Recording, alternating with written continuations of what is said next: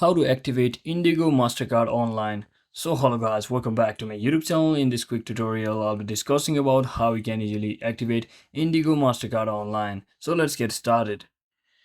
So to do that, first thing, just head over to your Indigo Platinum MasterCard website and just locate and click on the register your account or activate link option over there, and you will be prompted to enter your card details such as or including the 16-digit card number with the last name, zip code and date of birth, as well as the last 4 digits of your social security number.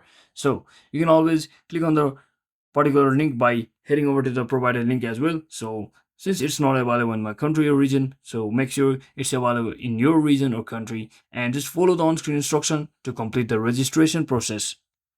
And similarly, if you have a virtual card, you may receive an email with a link to claim it. You can also visit digitalprepaidrewards.com and enter the provided digital token if the link is not working.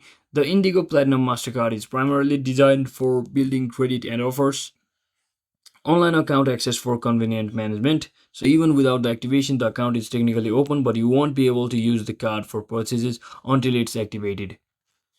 So that is it for today guys. I hope this video was informational. If it was, don't forget to like and subscribe. See you on the next one.